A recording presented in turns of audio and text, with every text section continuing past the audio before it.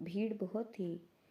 اس کہما کہمی میں وہ قطعی بھول گیا کہ وہ کون ہے اور کہاں جا رہا ہے اور وہاں کون آئے ہوئے ہیں۔